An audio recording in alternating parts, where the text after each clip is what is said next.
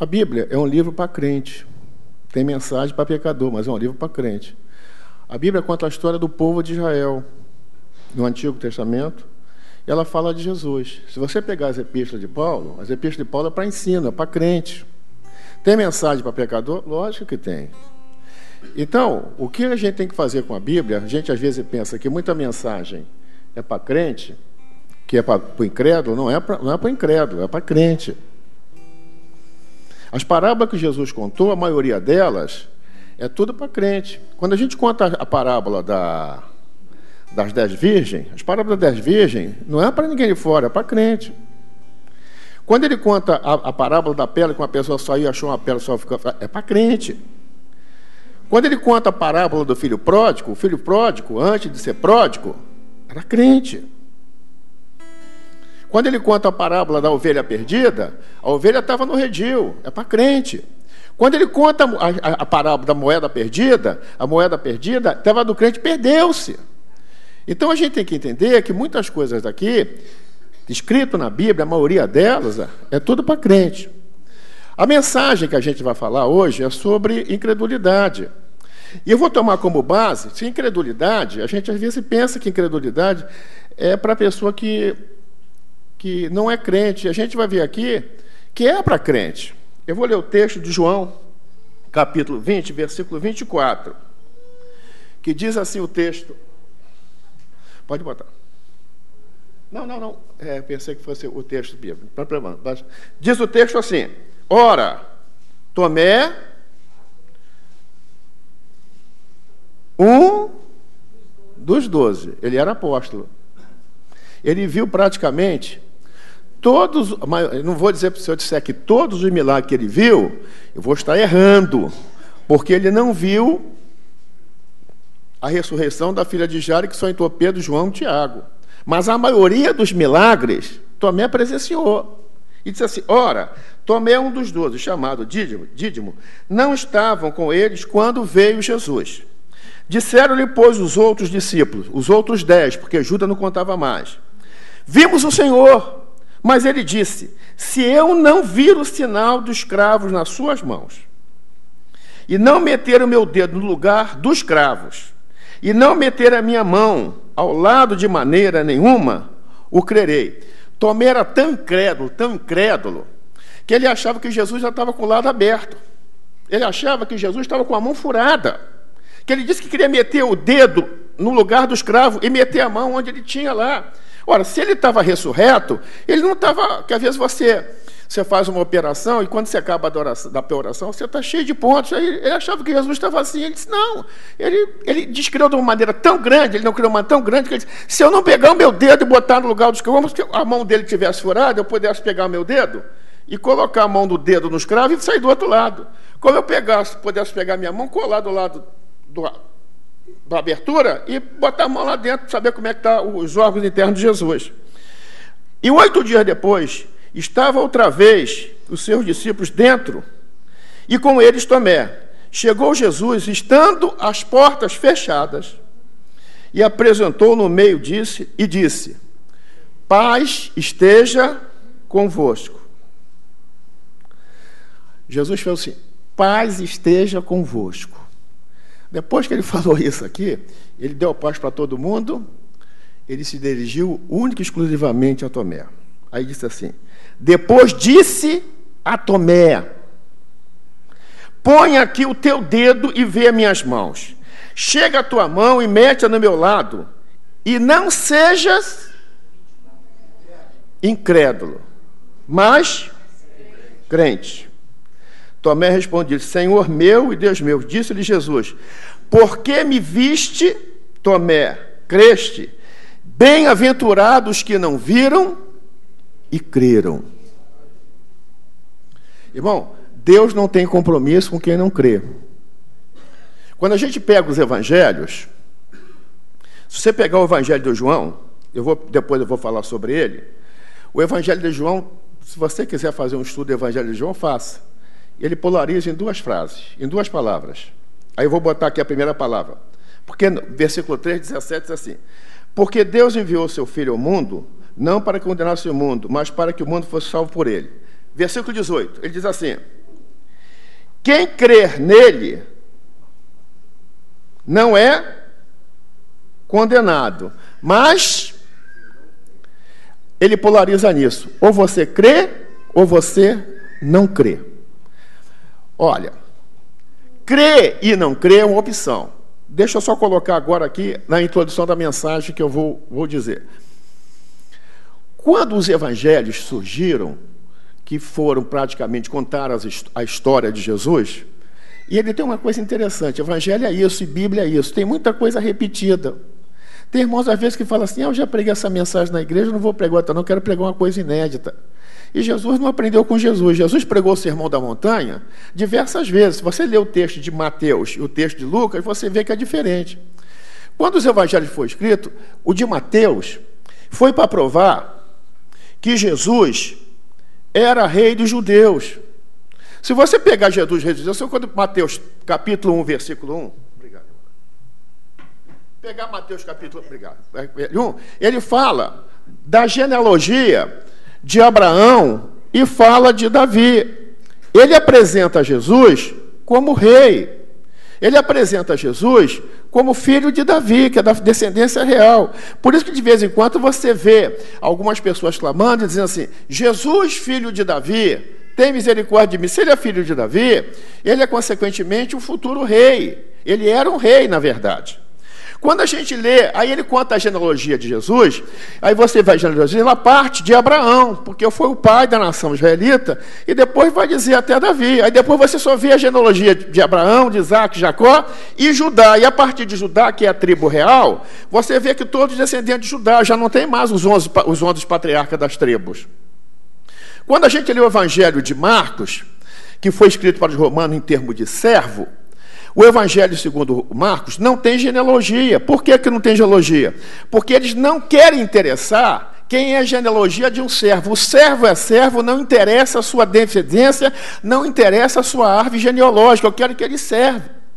E tanto é que a palavra-chave de Marcos é um texto que está assim, e logo Jesus, e logo saiu, imediatamente. O servo é isso aqui, é logo, rapidez imediata, logo, rápido, rápido.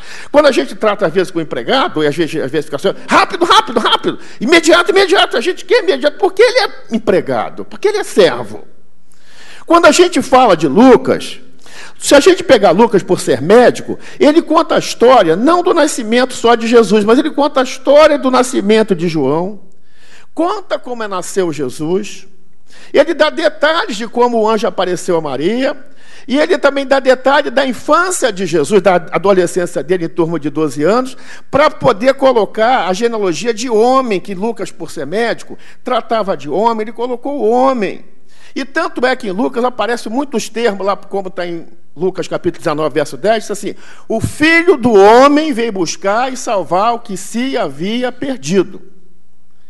E é interessante, quando a gente lê Lucas, na parte da ceia do Senhor, no capítulo 24, versículo 14, agora, acontece uma coisa interessante aqui, que somente o Evangelho de Lucas fala isso. Quem é médico sabe disso. Aí ele começa assim, ó, no versículo 17, Lucas capítulo 22, versículo 17, ele fala assim, e tomando o cálice, e havendo dado graça, disse, tomai-o, repartiu entre vós. Aí ele continua, entre vós, porque vos digo que não bebereis o fruto da vide, até que venha o reino de Deus. E tomando pão,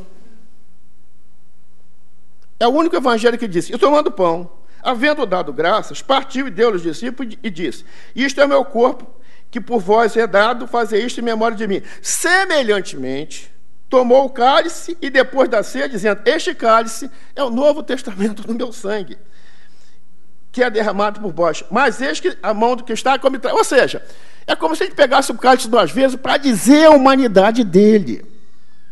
Jesus era humano que corria sangue, ele pegou 2 vezes essa palavra, pegou o cálice, dizendo que era o sangue, e depois ele celebrou a ceia, ele pegou no final da Páscoa, celebração da Páscoa, e fez isso aqui. Mas quando a gente se reporta a João, o Evangelho de João, João não tem genealogia. Quem era Jesus? Não tem genealogia. O que João define por genealogia de Jesus? Ele começa o Evangelho dele dizendo o seguinte, no princípio era o Verbo. É o mesmo texto do grego, aqui, é o mesmo texto do hebraico lá em Gênesis 1. No princípio criou Deus. A gente tem que entender, irmão, que a Bíblia é um livro escrito para os homens, mas tem alguns toques divinos. Porque se você falar, a gente tem que entender também isso, que eterno, somente Deus é eterno, porque a palavra eterno é aquele que não teve nem início e nem terá fim.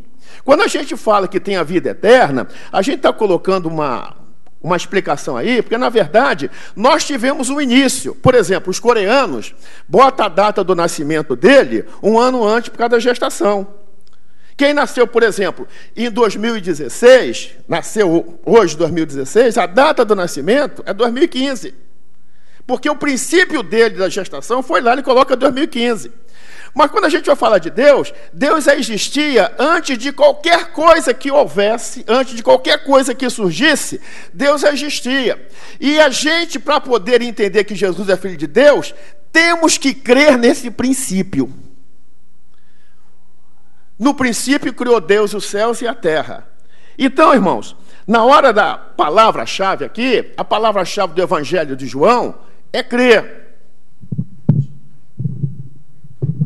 Eu creio que eles vão tirar isso.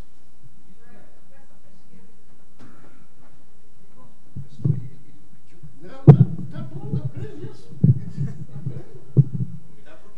Não, eu creio. Eu estou do mesmo jeito, só não podia pegar seu meu esboço. Olha só, então quando você vê, é crer. É crer e não crer. É crer e não crer. Aí você fala assim, irmão, e descrer? Descrer é aquela pessoa que creu e passou depois a descrer. Quem não crê, nunca creu. Mas quem descrê é a pessoa que creu e agora não crê mais. E a gente fica pensando aqui assim, eu falo com vocês com toda humildade, com toda liberdade. Eu oro para Jesus, às vezes, ressuscitar as pessoas, eu oro para Jesus curar as pessoas, e se ele não fizer isso, eu continuo orando, porque eu creio que ele faz.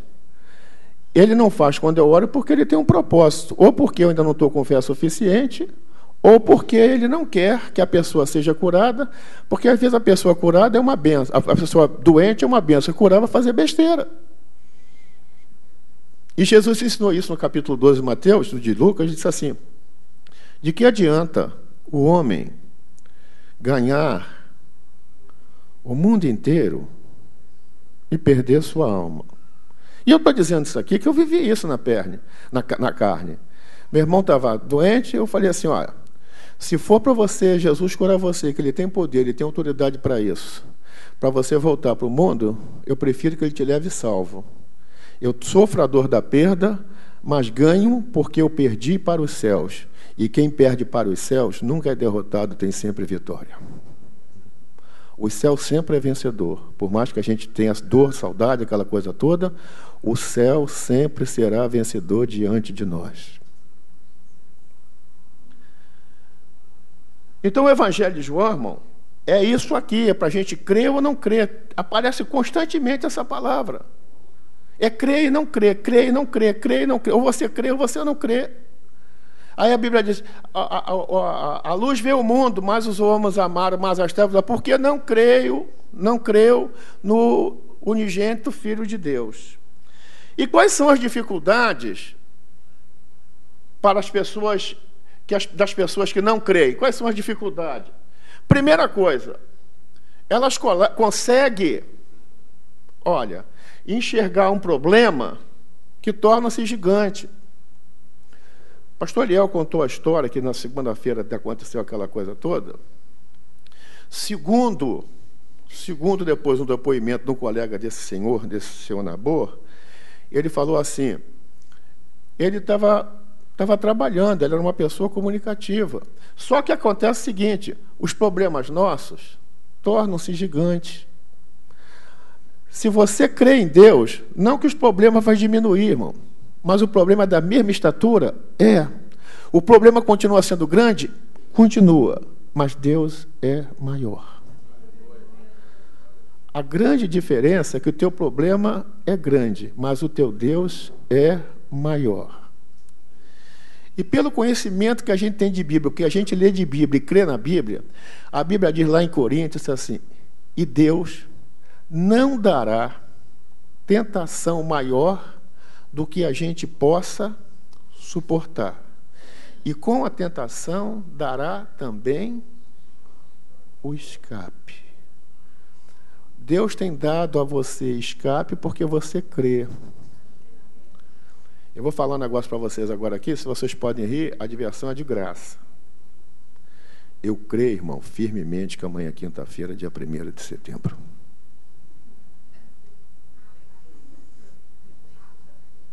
Na sexta-feira, eu creio que é 2 de setembro. E creio também que na quarta-feira que vem, 7 de setembro, é feriado. A prova da fé, irmão, está na dificuldade do problema. Esse texto aí, se você ler o texto, eles chegaram e disseram, quando foram pegar o relatório da terra de Canaã, eles falaram assim, nós, diante das estaturas dos habitantes, nós éramos como gafanhotos. Nós éramos tão pequenininhos, tão pequenininhos. Você imagina um gafanhoto de 1,80 m como eu, 1,82 m como eu? O camarada devia ter o quê? Quantos metros? Para eu ser um gafanhoto? Ele devia ter pelo menos uns 15, 16 metros. O problema de não crer, é que os problemas que você tem tornam-se gigantes e você não percebe isso. Mas, irmão, o meu problema continua sendo gigante, mas Deus é maior, irmão.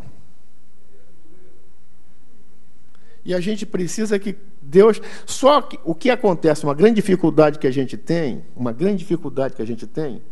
é que a gente imagina qual é a solução de Deus para nós.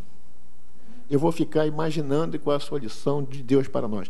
Eu estou com esse problema, eu tenho que chegar amanhã, o pessoal vai fazer isso, vai fazer aquilo, eu vou chegar lá e vai fazer não sei o quê, não sei o quê.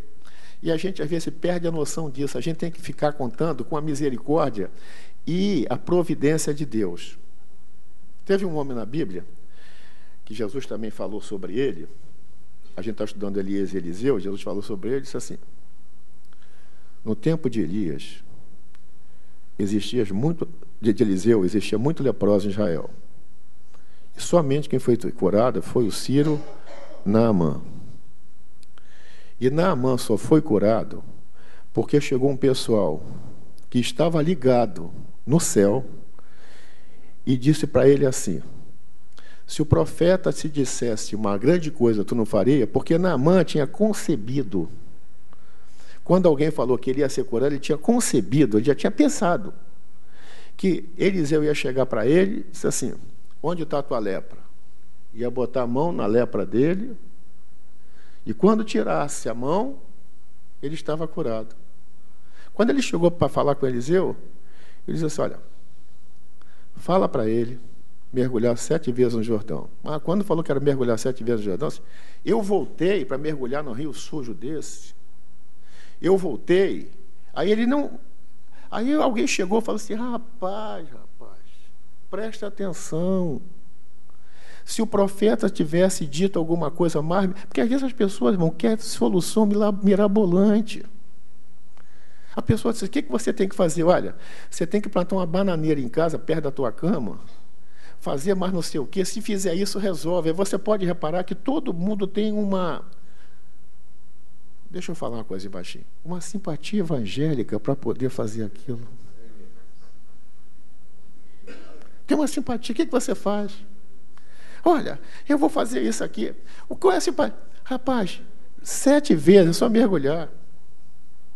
Irmão, você imagina se o profeta tivesse dito assim, olha, você tem que correr 2.000 quilômetros em 1 hora. Ele ia dizer assim, com certeza não dá, eu vou morrer. Mas é mergulhar 7 vezes no Jordão. O que é? Vou entrar no Jordão, mergulhar. 7 vezes, 7 vezes.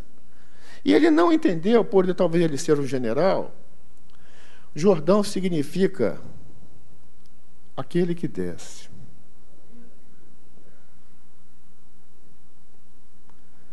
Quem crê, desce, irmão.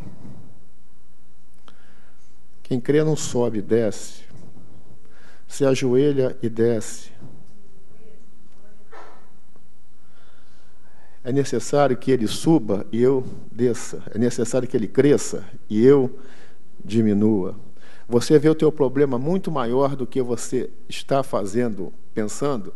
Pensa na solução de Deus. Vou falar uma coisa para você. Deus não coloca você em furada. A furada que você se meteu foi por conta e risco teu. Tinha um programa na televisão chamado do Silvio Santos, aquela coisa de perguntas e respostas. Aí ele fala assim, vou consultar os universitários. É por conta e risco seu. Porque às vezes os universitários também não dava. Às vezes as pessoas vão consultar os universitários, vai consultar um colega que está assim. Consulte a Deus. Creia que Ele é poderoso. O segundo ponto que a gente vai ver, quando a pessoa... Já me sinto derrotado. Nós temos um parente nosso aqui. Vou fazer exame quarta-feira que vem. O exame é quarta-feira que vem. Quanto tempo falta? Não vou passar, não. Por quê? Vai chover. Aí, rapaz, você está melhor do que o serviço de meteorologia. O serviço de meteorologia está prevendo que vai chover.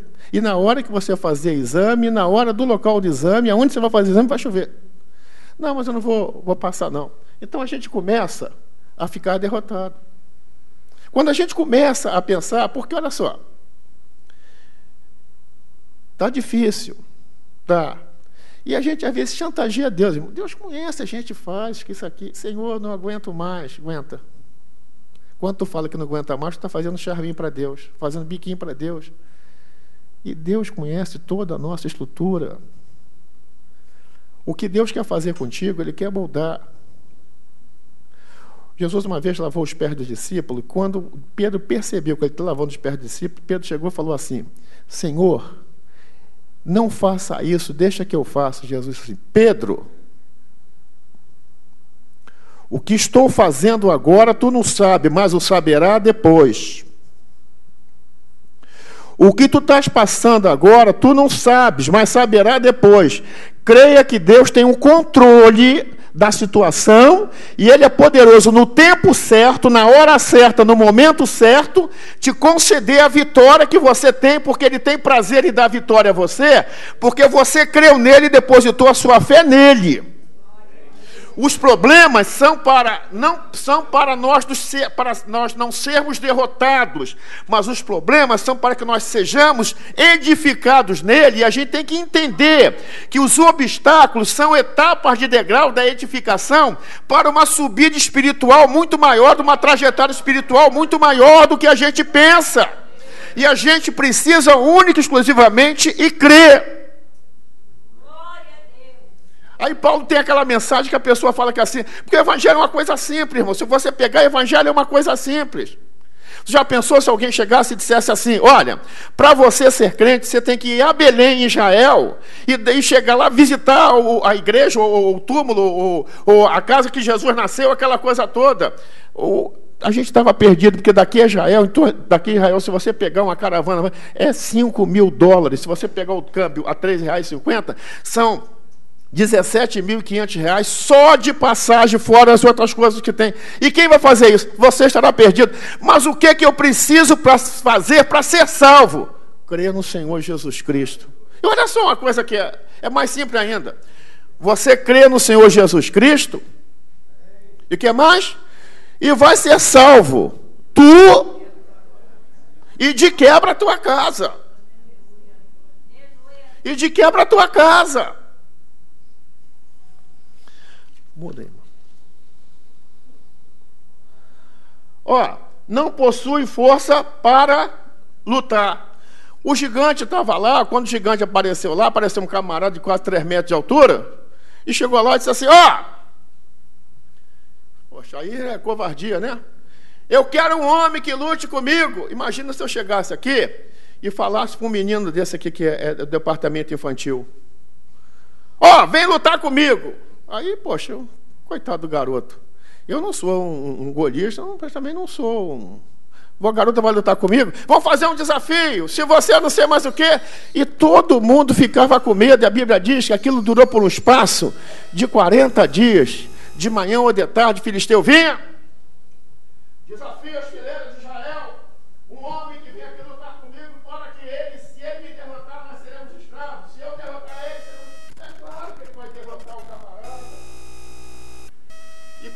gente pega desafio, irmão, a gente às vezes fica com medo. E a Bíblia diz, maior é o que está... Aonde? Não está... Ó, para entender uma coisa. O Pai é por nós. Jesus Cristo é conosco. E o Espírito Santo é o quê? Em nós. Ele disse assim, e ele habitará convosco, ele estará dentro de vós. Então o Pai é por nós, Jesus é Emmanuel, Deus conosco, e o Espírito Santo é Deus em nós. Todo crente, independente de ser batizado ou não com o Espírito Santo, independente de ter se descido às águas ou não, se ele for crente, como o pessoal vai se batizar domingo, o pessoal que é crente vai batizar domingo, falar uma boa coisa para você, se você esqueceu, se não foi dito, se não foi ensinado, o Espírito Santo está dentro de você, porque é ele que entra e convence. Então aí chegou e falou que assim, vamos pegar isso aqui, ficar com medo. Dá um toque aí, querido. Tornam-se fracos. Provérbios 24, 10 diz assim, se te mostrarem frouxo ou fraco, no dia de pouco será a tua força. Ah, mas irmão, tem luta? Todos nós temos luta, irmão. Irmão Roberto, irmão está falando isso, irmão não tem luta. Tu não conhece a minha vida, querido. Tu não conhece, só conhecesse, disse a Jesus, tem misericórdia do teu servo, e tu orava por mim. Tornam-se medrosos. Houve um burburinho no reinado de Israel, primeiro, eu não vou ter referência, mas por causa do horário que eu estou correndo um pouquinho, mas a referência está ali, você já vê. E outra coisa, ficam apavorados e querem armas humanas. Interessante, Davi, que era um pastor, se propôs a lutar com o gigante, aí Saul chegou e disse assim, vem cá que eu vou te dar um recado. Você vai botar esse capacete, vai botar essa couraça, e vai botar não sei o quê, e vai botar não sei o quê, e vai botar não sei o quê. E botou, andou, caiu, armas humanas. O que é armas humanas? Vou te apresentar uma pessoa que pode te emprestar um dinheiro e resolver a tua solução. Vou te dar para você um camarada, que ele é meu peixe. Ele é meu peixe, ele vai te conduzir lá, e vai te adiantar lá, vai fazer o seguinte. Deixa eu falar uma coisa para você, irmão. Peixe foi o único animal que não entrou na arca. Se você é peixe, você está por fora, você tem que ser ovelha. Jesus não é pescador, Jesus é carpinteiro, você tem que ser árvore. Jesus não é pescador, Jesus é pastor, você tem que ter ovelha, você tem que ser ovelha. Vou te apresentar, são armas humanas. Aí você fala assim, arma, mas pode ajudar? Não estou dizendo que eu não posso ajudar, mas Deus vai usar alguém, segundo a vontade dele, porque conforme o pastor falou aqui, os irmãos falaram aqui, eu não sei o que falou, eu fiz isso pela minha força, pelo meu conhecimento, pelo meu entendimento, pelos meus dotes naturais, pelos meus talentos naturais. Tolinho e bobinho. Quem te deu os talentos, os dotes naturais, foi ele. Se você tem isso aqui, agradeça a ele. Agradeça a ele. Agradeça a ele. Ah, mas eu tenho... Cada um de nós aqui, irmão, tem um talento. Irmão Adinaldo canta, o irmão aqui canta e toca, Tadeu toca ali. Se eu for pegar o violão desse aqui, dá um ré maior, meu mãe. Um ré menor. Não, me dá um remédio mesmo, tá ruim. Então, se eu for pegar esse talento aqui, eu não tenho esse talento. Eu não tenho esse talento. Ele tem, foi Deus que deu. Ele tem que usar isso para a glória dele. Porque a vitória que ele vai ganhar, por isso, não é pelo talento dele, quem deu isso foi a ele. Se Deus quisesse, colocava uma coisa nele que ele não tinha mais destreza para poder fazer isso. Então nós dependemos dele. Deus usa quem ele quiser, usa. E você não vai ficar triste, nem ficar aborrecido comigo. Ele usou uma mula. Ele abriu a boca da mula. E a mula do profeta não estava nem tão ligada que ele falou com a mula respondeu a ele, bateu um diálogo com a mula, ele não sabia que estava falando com a mula. Ele não está, sabe? Aí depois o anjo falou assim, se não fosse a tua mula, rapaz, eu tinha te matado. Irmão, os problemas que a gente tem são bobagens diante de Deus. Creia que no problema que você tem, a luta que você está passando, a aflição que você está passando, é um instrumento que Deus usou, está usando para te aperfeiçoar. Não é para te derrotar, não. Porque a Bíblia diz que em Cristo, você está em Cristo, você é o quê, irmão? É mais do que vencedor. Você não é vencedor, não. Você é mais do que vencedor. José, para chegar à condição de faraó, de ser dono do faraó do Egito, ele passou muitos anos no cárcere, passou preso. Se ele sai de lá, ele não chega. Deus tem um trato com você, porque é a maneira que ele nos usa para nos quebrantar, nos endireitar, nos aperfeiçoar, nos fortificar, nos fortalecer, nos abençoar, nos ajudar, mas nós temos que passar por isso. Evangelho, irmão, é luta. Irmão, mas a luta que tem, você já tem uma vislumbre, uma coisa, você vai ser vitorioso. É só não desistir.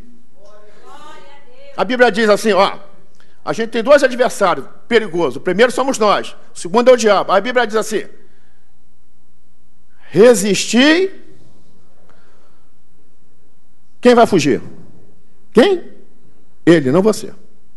Resistir ao diabo e ele fugirá. Ele que vai fugir, não você. Ah, irmão, eu vou fugir. Não foge não, que você não é antibíblico. Se você fizer, você está mudando. Ele que vai fugir. Explica aí, irmão.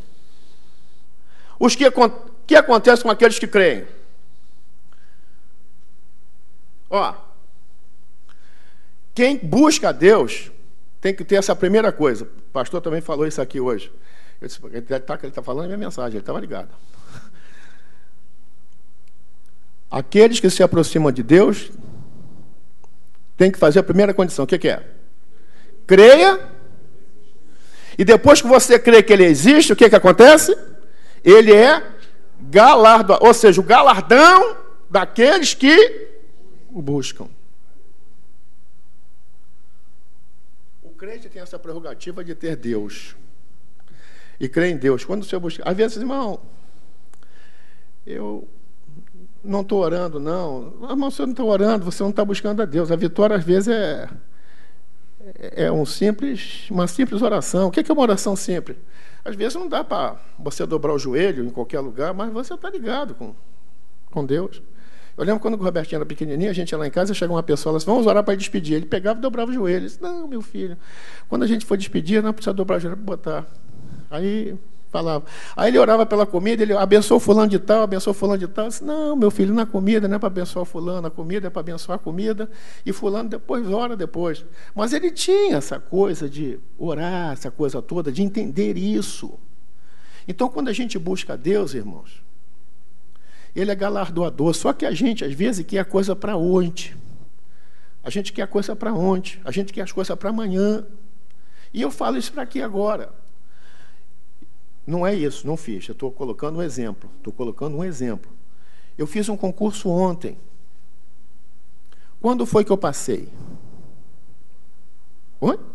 Ontem. Mas o resultado vai ser daqui a quanto tempo? 30 dias, 40 dias.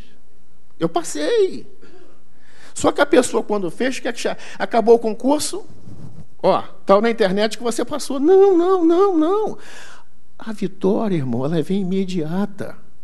Só que às vezes ela vem devagar e você tem que tomar cuidado. A Bíblia diz lá em Isaías 29:16, se eu não me engano, assim, aquele que crer, não se apresse.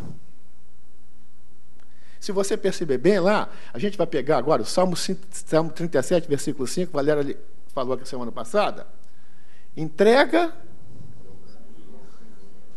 confia nele, o mais... Primeira coisa, eu tenho que entregar o caminho.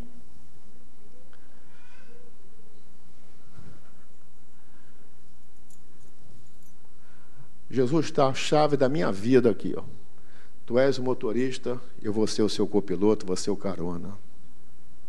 Entrega. A gente às vezes quer entregar tudo, mas não quer entregar muita coisa. A gente quer entregar parte. Valéria também falou semana passada. Deus conserta. Se eu pegar esse jarro aqui e quebrar, se você dá na mão de um artista, como é que ele vai consertar esse jarro? Se nós entregarmos a ele todos os pedaços. A vida tem que ser entregue por inteiro, totalmente. E a gente vai ver, quando a gente crê mesmo, Isaías 64, verso 4. Porque desde a antiguidade não se ouviu, nem com os ouvidos se percebeu, um Deus, além de ti, que trabalha por aqueles que nele espera. Irmão, quando você espera, é que você confia. Quando você espera, é que você confia. E a gente tem uns ditados populares que são até antibíblicos, né?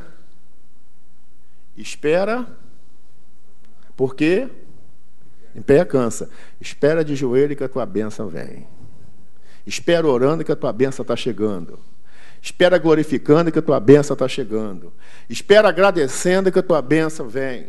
Entrega, confia, porque Ele está trabalhando por nós, irmão. Você está aqui, Ele está trabalhando por nós. Só que a gente não vê Ele trabalhar. E a gente, às vezes, quer assistir Deus trabalhar, e Deus não tem esse compromisso com a gente. Ele está trabalhando para a gente e você não está percebendo. Quando saiu o edito do rei Assuero dizendo que tinha que matar todos os judeus, aí ficou um polvoroço lá, ficou não sei o quê, e vamos provar lá, não sei mais o quê, e ele disse, vou jejum durante 3 dias lá, vou falar com o rei, falar aquela coisa com o rei, e a gente vai ver o seguinte, o livro de Esther, é o segundo livro da Bíblia, o primeiro é Cantares, o outro livro é Esther. Esther, o livro de Esther, não aparece o nome de Deus.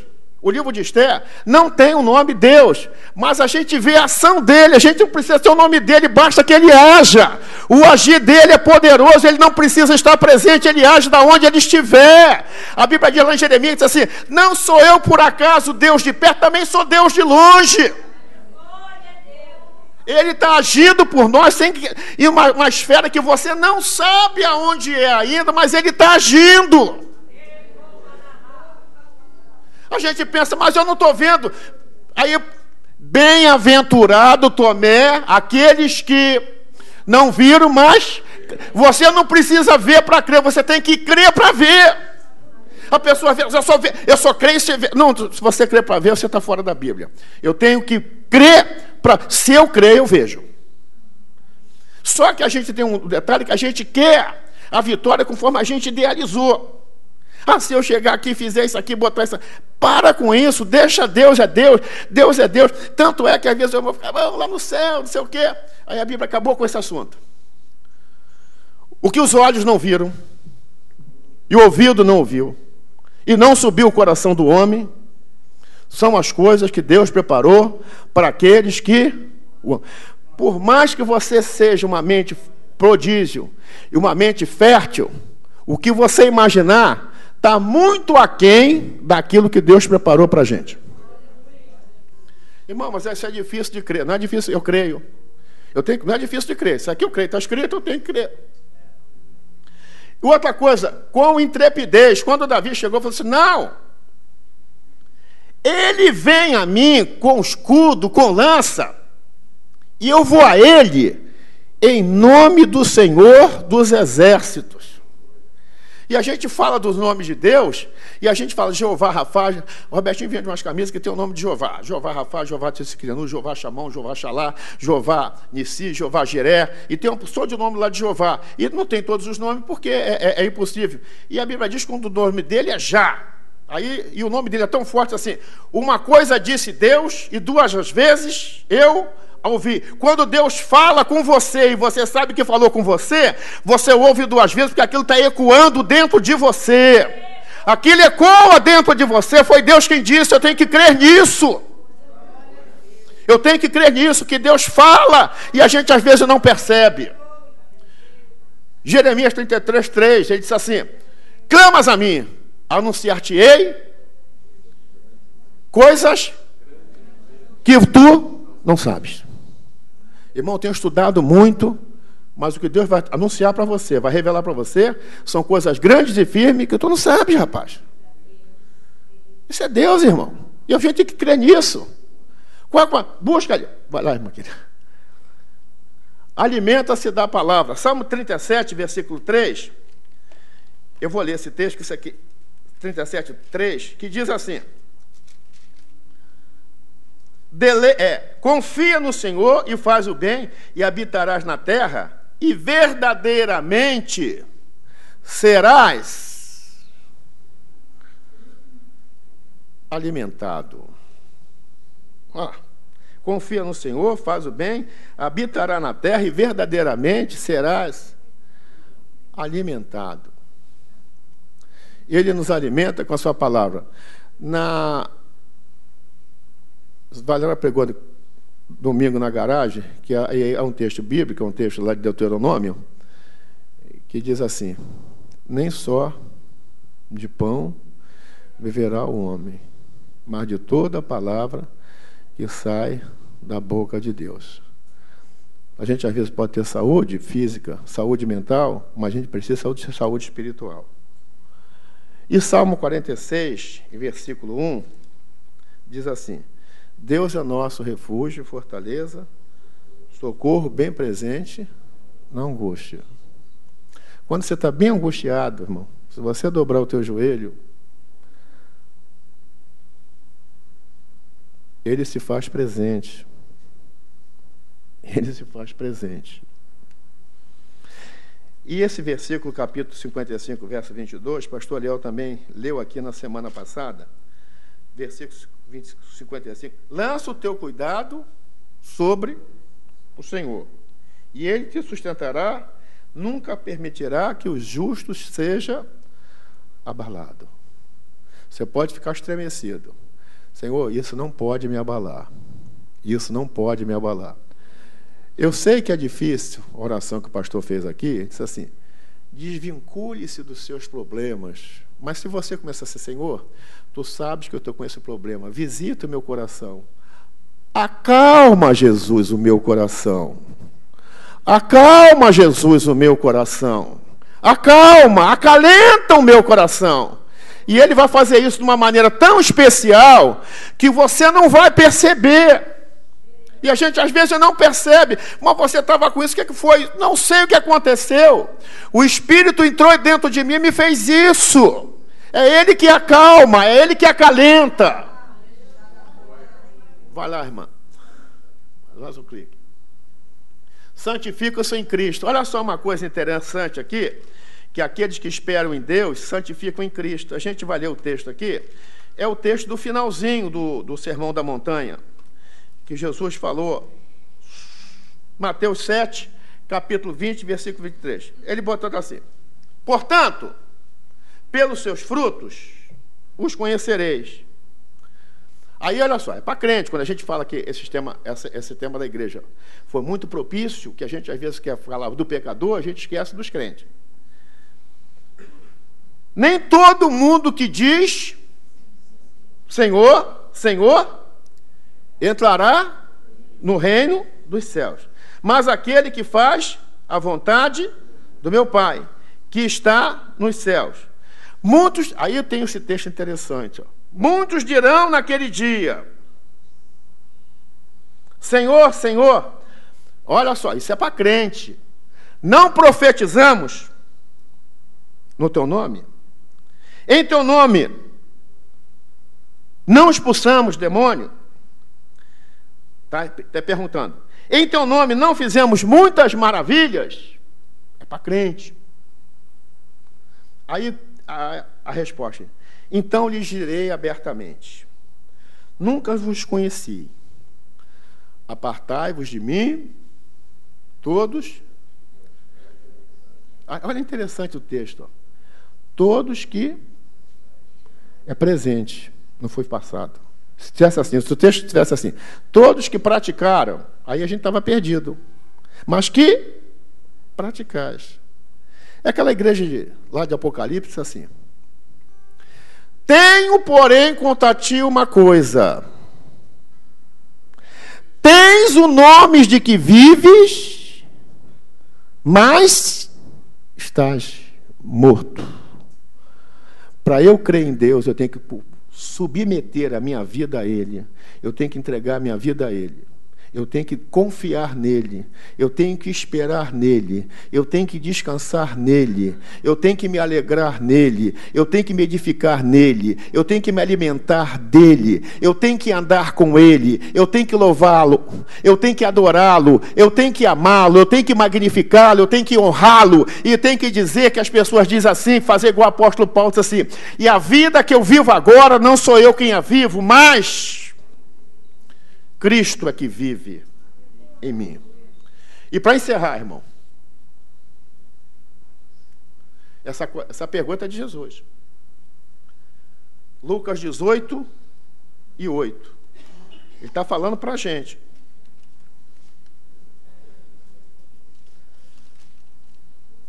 Digo-vos que depressa falará a justiça. Quando vier o Filho do Homem, porventura achará fé na terra. É para a gente. O povo de fé está aqui. Mas tem surgido tanta coisa. Eu acho que essas coisas que estão surgindo aqui, já está escrito na palavra. Mas o que eu vou fazer? Crer, vou crer em Deus. Cada vez que a dificuldade aumentar, irmão, eu vou crer em Deus. Eu vou crer em Deus. Se Ele não fizer na minha vida, Ele vai fazer na vida do outro.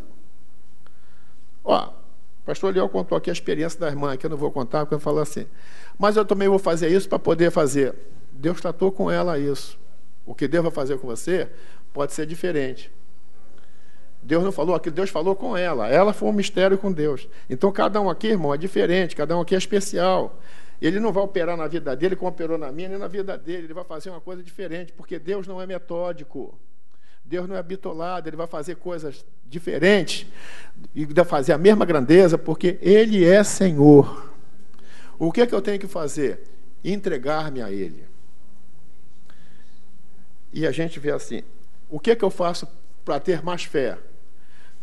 O discípulo uma vez falou assim, Senhor, ensina-nos a orar, acrescenta a minha fé. A fé não vem pela oração, a fé vem pelo ouvir. E ouvir a palavra. Deus nos abençoe, que a nossa fé hoje seja crescida, acrescentada, seja batalhada, seja provada e seja honrada, porque cremos num Deus que tudo pode. Em nome de Jesus. Amém.